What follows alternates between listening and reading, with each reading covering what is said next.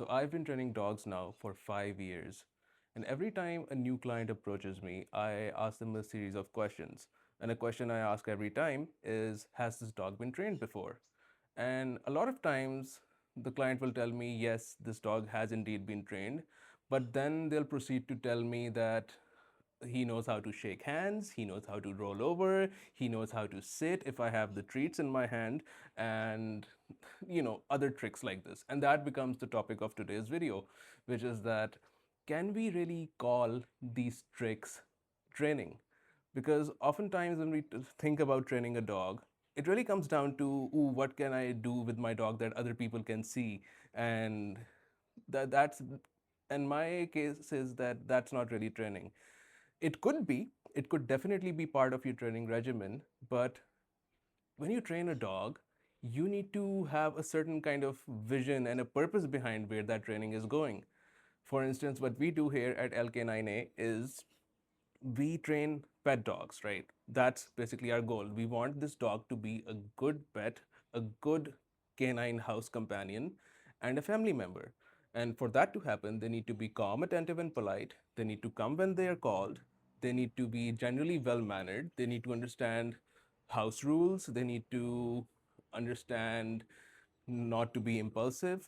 And to achieve those ends, we will teach them all these little tricks, but we do it with a purpose in mind. For example, now I disagree with teaching a dog how to shake hands, because what happens is that becomes the kind of behavior that the dog starts to offer you by default. You could be here with a cup of coffee in your hand and your dog comes up to you and wham, he hits you with his hand because that's just a behavior you've rewarded for. So now he's just going to offer it. But you could teach that with a purpose too. For example, you can teach your dog paw and your dog gives you his paw, and then you can just do some grooming on it or trimming his nails or just checking for fleas, ticks, whatever. So that's how these tricks can have some sort of a purpose behind it. Another purpose that you can give these tricks is, like, you can ask rapid succession commands, and when your dog does that for you, it can just be part of your obedience regimen. But largely, these tricks are not really training, right? Especially if your dog won't listen to you unless you have treats in your hand.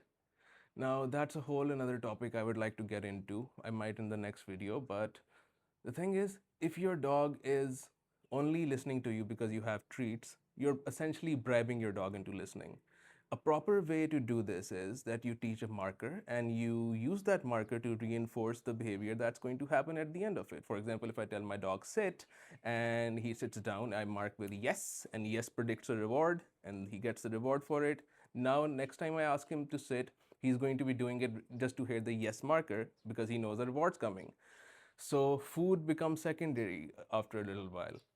But in the start, if I have food and I have to show him, look, I have food, listen to me, the dog's only doing a trick to just get food from me. And that's not obedience at all. You need to get to a point where your dog will listen to you just because you've said so, and because there's this expectation of a reward that might come, or it might not come, or it might come at a later time. So that is the difference between tricks and training. But largely, to answer this question, these are tricks after all, and your training should have a purpose. That'll be all for this time.